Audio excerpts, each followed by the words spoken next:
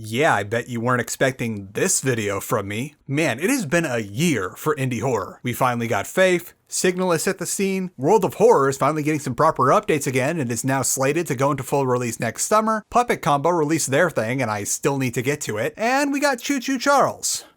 You know what? Sure. Why not?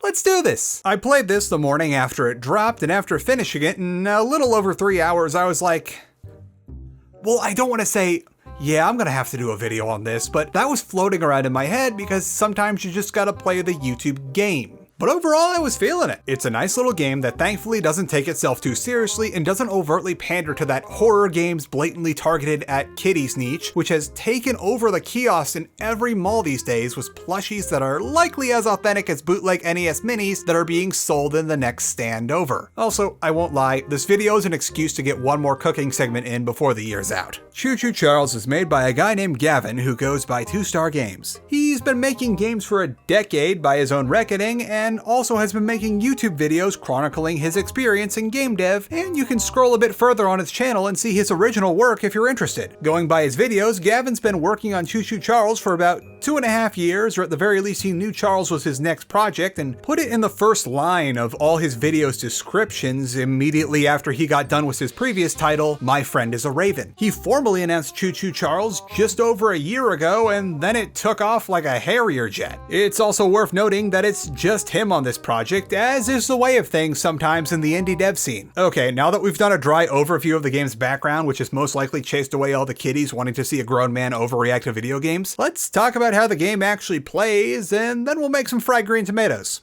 Sound good? Cool. Choo Choo Charles is a surprising new take on the Spookies, being arguably one of the first open-world horror games. Well, the first one I'm really aware of, intentional or not. A lot of spooky games have big open levels, but I can't think of any other spooky games where the entire world map is accessible to you from the get-go, and not a scale big enough to be called open world. Your main objective is to deal with a train monster named Charles, just wandering around the island like you do, and you accomplish that by collecting scraps around the island to upgrade your train with, and doing quests for the few remaining residents of the island for a means to start the final confrontation, since Charles will just run away if you do too much damage to him and you have to force the confrontation. You can upgrade your train's speed, armor, and damage output, and you're gonna need all 3 of those maxed out for the final confrontation. But that's not too hard. Scrap is everywhere. It respawns a lot, which I'll write off as bits of Charles' other victims being left around the island. And the side quests are very generous with scrap rewards. It's worth it to keep poking around the island to find more stuff, as you're also gonna need scrap to repair your train a whole lot whenever Charles or any of the goons come around. I found out the hard way that you can't just dump all your scrap into armor early on and try to tank Charles until he goes away. Charles hits hard and fast, and you're gonna need a little of everything to fend him off. When you're not collecting scraps, you'll be doing side missions to find weapons for your train that'll give you a better chance against Charles. You start out with the most default of default machine guns, but get a suite of 4 weapons that cover the whole range of combat stats. Beyond the default gun, there's a low range, low damage, but very high outputting flamethrower, a high range, high damage, but low output flat gun, and rockets, because what's a game without a rocket launcher? One of these is essentially a tutorial mission, one of these is going to put you in a place where if Charles shows up, you are SOL, and one of these is very similar to the other kind of mission you'll be doing in Choo Choo Charles for the story. The third and main type of mission you'll be doing in Choo Choo Charles is sneaking into old mines on the island because plot. These are the stealth segments. Quotes around that word. You're given a prompt that you'll be able to lean around corners to see where the bad guys are, but you can't crouch to lower your profile, you can't have any means of silently taking out or otherwise removing the henchmen, and frankly, this is some of the worst stealth implementation I've seen in a video game. Patrol patterns are very simplistic, but we'll get to the AI later, and also frankly, there's no threat if you're discovered. I found out later that you can just straight up barrel through the mines, grabbing the eggs without stopping, and then run back to your train taking minimal damage, if any at all, by the time you started the train back up and gotten out of there. It's also very easy to strategically park your train near a mine's entrance and then just kite all the baddies into your train's line of fire. I feel like if 2-Star maybe had some more help or additional time, stealth could have been a lot more fleshed out with, say, the ability to crouch and have a better profile against the NPC's cones of vision, stealth takedowns, or maybe being able to pick up one of the extra masks you find laying around to temporarily disguise yourself as one of the guards. As they stand though, the mask seems like it exists so that YouTubers can put them in the thumbnails of their videos and are explained as some weird thing the main bad guy of the island is making all his henchmen do. It's a little less like the cult that was previously mentioned in the development videos, because if Charles ever comes around while the guards are out and about, they all panic and run away. Not very cult-like to run away from your god. Keep in mind though that things I just talked about are a lot of extra work for one guy to do, and speaking of extra work, Two Star uploaded a video about these dudes in the beginning of the year that showed just how much of an ordeal it is just to get any sort of AI functional. In contrast to stealth, I'm gonna guess that not being able to have a gun of your own while outside of the train was a design decision. If you were able to have so much as a pistol on you while you're exploring, while it's clearly not gonna work against the big bad locomotive, it'd trivialize the train in all circumstances except for when you need to confront Charles. The big draw of the game is making your own train to confront Charles, and if you don't need to be on the train because you can just creep around and shoot dudes in your way, you're hardly ever gonna see him, let alone do the main thing the game has you doing, which is fending him off while racing around the map on your train. Okay, everything else is out of the way, and since we're already kind of talking about Charles, let's talk about the main reason why people are playing this. Charles. You're introduced to Charles right at the beginning of the game, and then he's just always around as you complete objectives. He gets bored every 10 to 15 minutes and actually comes after you, or at the very least starts looking for you by heading towards your general area. You'll know when Charles is around because you'll hear him, which is a very nice touch. You can sneak away from him if you're slick, but once he sees you, he'll make a beeline for you and attack you until you are dead or he gets a bad enough boo-boo to merit him fleeing. Also, I discovered you can actually shoot through your train to do damage to him if reversing would mean getting away from Charles faster. Say you're already moving in reverse, and switching to forward gear would mean having to slow to a stop and then accelerate in the opposite direction, leaving you vulnerable for a good 30 seconds, which is more than enough time for Charles to get you down. You have a terrible line of sight when you're doing that though, so your best bet is still to move into forward gear from a complete stop if you see him out in the open, or optimally, already be moving in the forward direction when Charles finds you. Then it becomes a matter of if you can do enough damage to him before he gets you, and good luck with that. It's especially hard early in the game. Charles himself though isn't too much of a threat once you're past your first few upgrades, and if anything is more of an inconvenience once you've got everything maxed out but haven't finished the story, particularly in how the chases play out. It'll take about a minute or so of shooting Charles to make him go away, and in that time you're gonna cover a fair bit of ground on your train. The problem stems from how railway merges work and how you merge onto the outer tracks, but you can't reverse back to the inner tracks once Charles goes away because there's no switches there. I don't think this is intentionally padding or anything like that, and it's probably better than the alternative of having a rail switch at literally every possible intersection, which would most likely get tedious real fast. You'll get real familiar with the rail layout by the end of the game though. Okay, time for them spookies.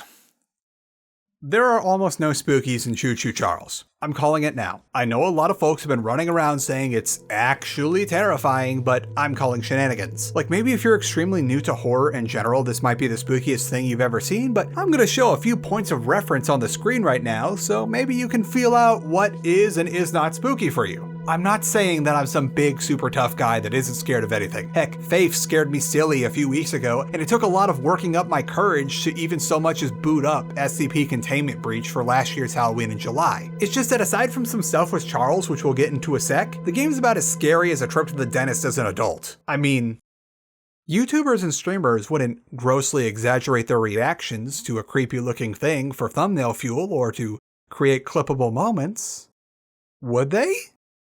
But let me actually explain why this isn't scary. First off, lighting and atmosphere. Aside from some very basic shadows that seem to be attached to assets, the game is flatly lit. You can pretty much see clearly no matter where you are, aside from the magical fog that obfuscates the end of the draw distance in denser areas. Imagine if, say, Amnesia, Fear, or the original Outlast was lit like this. If I had to guess, the entire game has uniform lighting that's unaffected by the environment, because if you look closely at the active light posts, which are ironically signposting for you, you'll notice that some of them have shadows where the light shouldn't make that possible if light was actually coming from the light posts.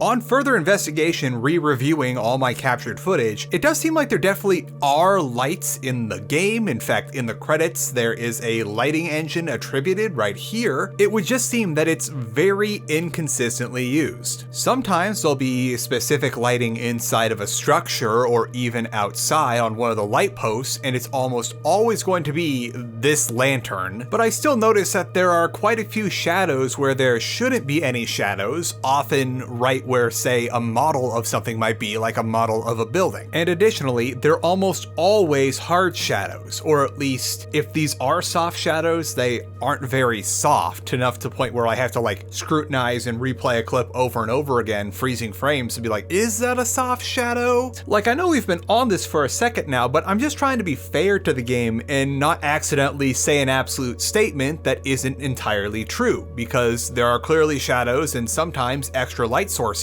but what it boils down to in the end is that for some reason, being outside, being inside a lit building, and being in a cave is always roughly the same level of light. Sometimes there are additional light sources in the area that will cast hard shadows, and I think those are part of the assets, but it's weird that there's just no dark areas in this entire game. Then there's the sound and how that comes into play in both good and bad ways. We'll get into the good ways in a sec, but for now, some things that might have been a quick solution to one issue end up hurting the spooky factor in the long run, such as the goons whistling. If I had to guess, this was to make it more clear where the enemies were when you couldn't see them and give you a chance at eluding them, as I found that usually, if I could see them, they could see me. There's nothing wrong with this from the outset, like tons of games utilize audio cues to great effect for stealth, but it's the fact that they're near constantly doing it, and when combined with the breakneck pace of their patrols, it just comes off as goofy, like something an improv actor would do while they're waiting for other actors to come onto the stage and start the scene with them. Then there's the musical stings around Charles, which I don't think are unnecessary per se, just maybe timed a little different. When you first hear Charles off in the distance, it'll be shortly followed by some minimal music setting the mood right after, which is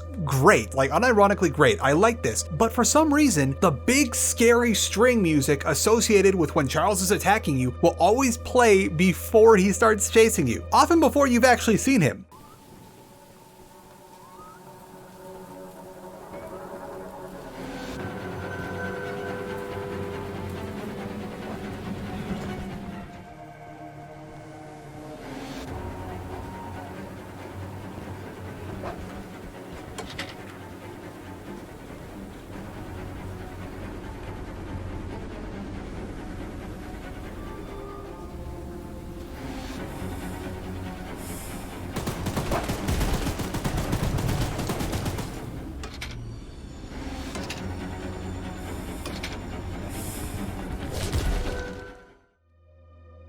Thanks to this, Charles was never able to get the drop on me from a scare perspective, although catching me when I'm far away from my train is totally another story. If you're out in the open, you're dead. It's simple as. Okay, but let's actually talk about Charles now and how he is scary. When you're out and about and you suddenly hear his train whistle, that starts adding a good amount of tension as you know he's near, but you can't see him, and it becomes a guessing game of, am I good to leave my train and try to get this side quest done? Or is Charles right over that hill just where I can't see him and is about to put himself between me and my train? And then it gets even better when you actually can catch glimpses of him as he wanders around or right on the horizon, because Charles doesn't teleport in. He wanders the whole island with a few possible exceptions, and you can run into him at any time. Better yet, if you're not in a position to confront him and you're careful, you can even exit the area he's wandering to go find some more scrap to put your train back together. The big chases themselves are definitely a net positive and a lot of fun to do. If anything, they even remind me of those old Jurassic Park arcade shooter games, except now instead of a dinosaur, you're looking at a spooky face and a monster. These are pretty spooky the first time around and maybe the second and third, especially when it's early in the game and you have no idea how well you can hold off Charles. But after like the fifth or sixth time, they're more of a chore than a scare, especially when we take into account what I mentioned earlier about Charles encounters putting you quite literally on the wrong track. No joke, I held off on increasing my speed stat until it was the last thing I needed to upgrade, since it was a pain to relocate, and I figured if I had less speed, I would travel less distance off course. Outside of Charles being the big draw and the general lack of atmosphere, there is a lot of freaky looking stuff, namely the masks that the goons wear, but not a lot of it is actually spooky. Like, yeah, it's kind of freaky that there's blood everywhere in this old temple that a mining operation discovered, but we never really find anything in the mine that gives us a reason to be spooked, since the goons don't exactly inspire fear. Yeah, the masks are freaky looking, but they're attached to the least threatening mob I've seen in a while, and they're not much of a scare. Funnily enough, in the YouTube video 2star did on making these guys, he gave them messed up faces, and I don't know why on earth that isn't used, unless I somehow missed it. It's always great to find out just why the masked monster is wearing a mask. The real kicker, though, is that outside of the core concept of Charles, I don't actually think Choo Choo Charles is aiming claiming to be an outright scary game. If anything, it's more funny and kind of self-aware about just how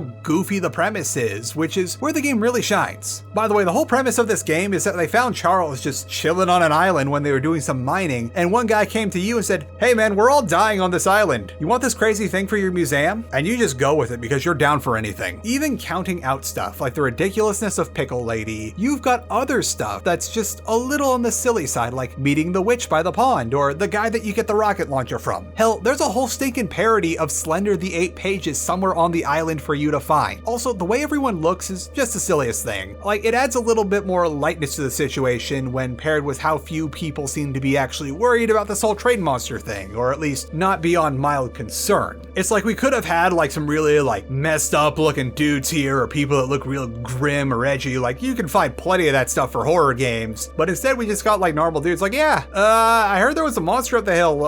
If you help me do this thing, I'll give you some scrap. And everyone's just going with it. The game's at its best when it's embracing the silliness of the whole ordeal, and I'm completely down for that. Even if you consider this to be one of those horror games indirectly designed for kiddos, you can at least enjoy that Choo Choo Charles isn't taking itself way too seriously. It's so weird to me that many of these post-FNAF horror games that have antagonists designed to look like creepy versions of children's toys or whatever else need to take themselves so seriously with their plots, which makes it hard for me to get into them. If anything, I'm really hoping that a lot of future indie horror games in this vein follow in 2Star's footsteps here and throw out the whole super edgy backstory angle when making their cartoony horror monsters and lean harder into this by saying implicitly, "We know this is goofy. You know this is goofy. Let's not think too hard about it and get into the scares." Alright, cool, we've made it far enough into the video to do a cooking segment. Have you ever had fried green tomatoes? They're really good. I decided I wanted to give them a whirl myself after seeing some green tomatoes at the farmer's market and thinking, how hard could it be? It's actually not very hard at all, if I'm being honest. I went into this with no recipe whatsoever, and these turned out great with only a little bit of iteration. Also, check out the patron apron. I finally found the time to get everyone's names who pledged during Halloween in July onto it a couple months ago, which is why I've been dying to fit in another cooking segment to show it off. So where do you even get green tomatoes, you might ask? The store. With the other tomatoes. There's usually 1 or 2 greenies with the other heirloom tomatoes, and I can tell you from experience that 1 is all that you really need. Heck, that might even be a little much. Green tomatoes are literally just unripened tomatoes, not to be confused with tomatillos, which are an entirely different thing and will not make you good fried green tomatoes. And yes, I know I look like a huge dweeb without the beard and I'm overdue for a haircut.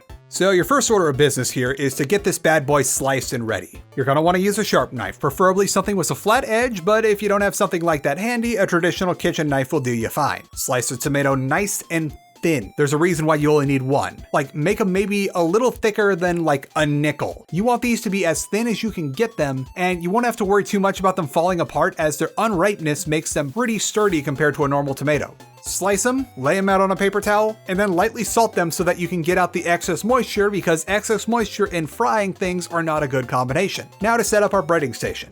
We're going to add our spices to the flour dredge, then have the egg in the middle, and finally we're going to do a breading mix of 1 part Italian breadcrumb seasoning, 1 part cornbread mix. The only outside information I got about making fried green tomatoes is that I overheard a lady say that you make them with cornbread mix while I was at the farmer's market, so I'd figured I'd use at least some.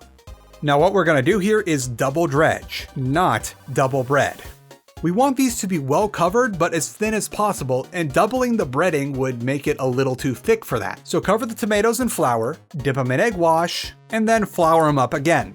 This should make sure there's enough coverage for the egg wash the second time around so that when we finally do bread them, there won't be any gaps in coverage. Set them aside once you're done and get the oil ready. Alright, here comes the intense part. Grab your frying oil, making sure that you've got a high temp oil like vegetable or peanut oil, and that there's plenty of headroom in the pot with the thermometer in a place where you can easily see it. Make sure that you have the pot's lid and some baking soda within arm's reach at all times, just in case. Now heat the oil to frying temps, which is about 375 degrees of freedom units, and have a rack for the done tomatoes to dry on at the ready. This is gonna go by really fast. Now carefully lower your breaded tomatoes into the oil using heat-resistant tongs and without breaking the oil's surface tension, and then let them go for 30 to 45 seconds on each side. I couldn't suggest doing more than 3 or 4 of these at a time because they cook so fast that you need to be able to easily keep track of them all. Once the time has passed and they're golden brown on each side, pull them out onto the rack to drip and cool and then start snacking. It's literally as easy as that. These are an awesome appetizer if you haven't ever had them before, and they've got a great crunch to them that goes well with the green tomatoes texture.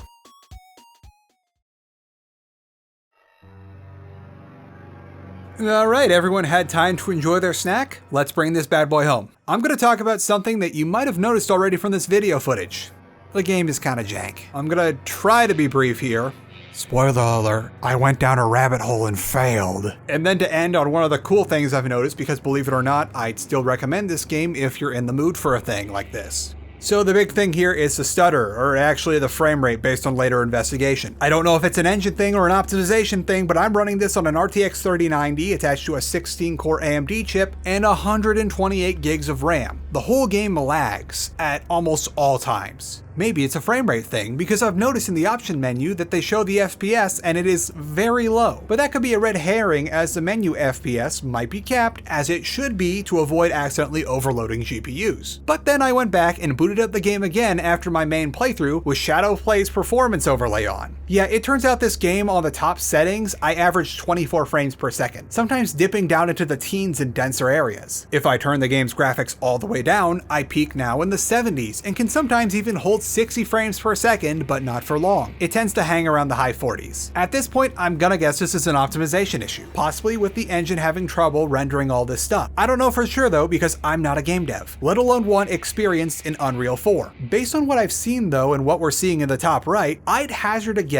that for whatever reason, Choo Choo Charles isn't utilizing the CPU properly, or that possibly it doesn't know what to do with the GPU, because while it says I'm under load here on the overlay, I had Precision X up on another screen that showed that my GPU's power utilization never went past 45%. I'm not sure if this is directly Unreal 4's fault, as here's a couple other games that run on Unreal 4, Weird West and Chernobylite, which run fine. Maybe it's a thing to do with UE4 not liking big open levels, since both Weird West and Chernobylite utilize smaller instances, but then we've got something like The Outer Worlds, which is also on UE4 and has some pretty sizable overworlds. Side note, I could not find Charles to compare the frame rates when he's chasing you, because I think if you've got maxed out speed on your train, you are so fast you are never in an area for long enough for him to see you. Like, I went around the whole island twice to check, just blasting my train horn the whole time. Maybe he knows I'm out there hunting for him so I can compare his frame rates. You know, this was supposed to be a quick little video, but here we are playing shitty internet detective about why a game might be unoptimized, so let's move on already. Then the other thing I'll touch on here before we get to the cool stuff is that the in-game AI is very basic and runs into their fair share of problems. Charles, while his hunting and attack behaviors are fine, runs into a lot of trouble during chases when it comes to pathing in certain areas. On one hand, it's nice that it makes clear that Charles isn't on a predetermined path, as it would be ironic if your walking train was still on rails, but on another hand, you'll most likely see him get stuck on trees or have a hard time going around certain objects. He also seems to have no-go areas related to quests because he won't cross a certain bridge until you hit a certain point in the story, and thankfully, he'll never attack you in certain side quest areas, or at least I hung out in those areas for quite a while and I never saw him. But when you get to that bridge, he seems to awkwardly stop because he knows he's not supposed to go there yet before trying to path through the bottom of the canyon the bridge passes over. The goons, on the other hand, are more of a mess. Aside from the detection, which we went over earlier, their whole thing after they see you is to run at you until they are in range, stop, and shoot at you. The range could probably do with a bit of a buff, because so long as you run in a straight line with them in tow, they cannot hit you. What makes matter worse for these poor guys is that they have no self-preservation skills. Once you're in range of their guns, they plant their feet firmly and just keep shooting, even if the reason that you're in range is because you've gotten to your train and are now manning the big gun in the back. I kid you not, they just stand there and let you mow them down. Once you figure this out and realize that you can kite all of them to your train and take care of them inside of a minute, exploring the mines becomes a triviality, a complete non-issue. That is, if you weren't just running through them at top speed in the first place, because you don't need to stop or do anything other than hit the interact key to pick up the eggs. Finally, to end on a positive note, a little thing I did really like is that the map itself isn't really a map. It's actually the game world, and when you hit the map button, it zooms your camera out to let you get a bird's eye view of the world. How do I know this? Because if you look closely when zoomed all the way in, you can see the scrap that's spawned around you and even see enemies nearby. Unfortunately, this can also make it really obvious how rudimentary enemy patrols are, but it's still really cool to be able to use the map to check the area for scraps and get a feel for how it's actually laid out. In closing, I don't think this is meant to be YouTuber bait or a horror for the kiddies type game. While 2-Star has been at this for a while, as far as I can tell, this is his first real venture into a fully 3D game where the player has the freedom to just wander around and do whatever, instead of being in the controlled environment that a lot of smaller games have. While I did compare Choo Choo Charles to a bunch of other games like Amnesia or Fear, remember that those are games made by seasoned developers with a lot of experience in 3D horror. 2-Star literally vlogged his experience learning how to make the systems that went into this game. And you know, at the end of the day, the core gameplay loop is fun. It's a nice time doing quests and collecting scrap to build up your train, all while the thing you're building on the train to try and kill is attacking you, trying to kill you, setting you back a little, but not enough to stop you, just enough to motivate you. The world is fun to poke around in, and the humor in both the characters and the little notes you find gives you just enough lore to suspend your disbelief and get into the world, even if just for the little bit of time you're there. All the things I mentioned about improving stealth for the AI are things that 2-Star might consider doing in a sequel now that he's really got his feet under him with this game. Going from something like My Friend is a Raven to something like Choo Choo Charles was a huge leap, but now that the leap's been made, he can only get better with experience, and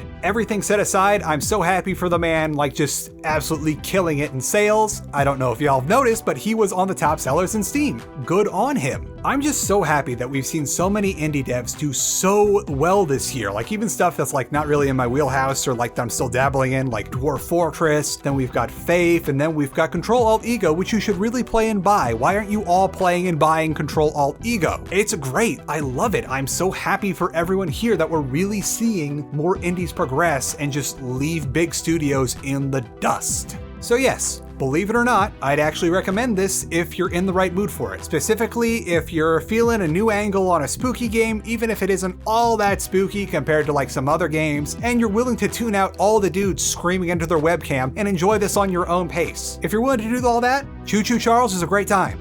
Sure, it's silly, but that's the best part. And it's not even the silliest thing I've recommended by a mile.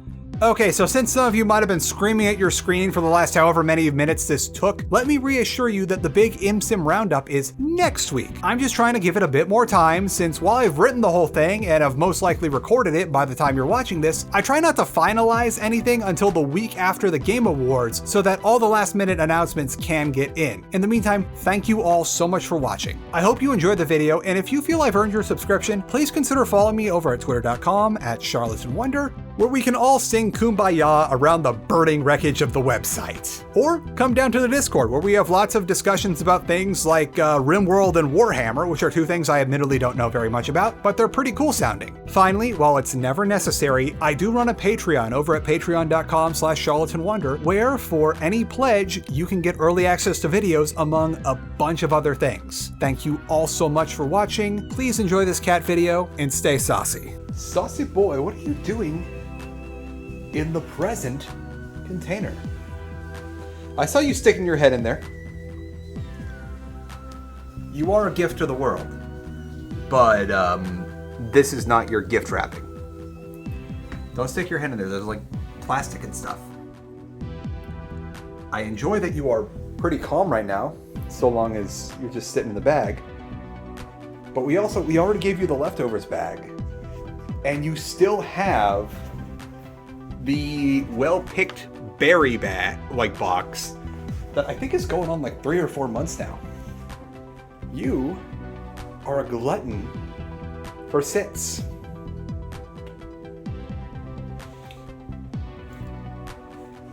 Let's see, would you like a scritch? Oh, am I getting a scritch in? You're not feeling it, I'll respect that. All right, you can hang out with the bag. Just don't nibble on the plastic, please.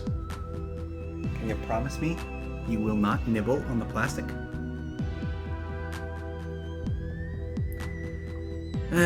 There's only so much I can ask for.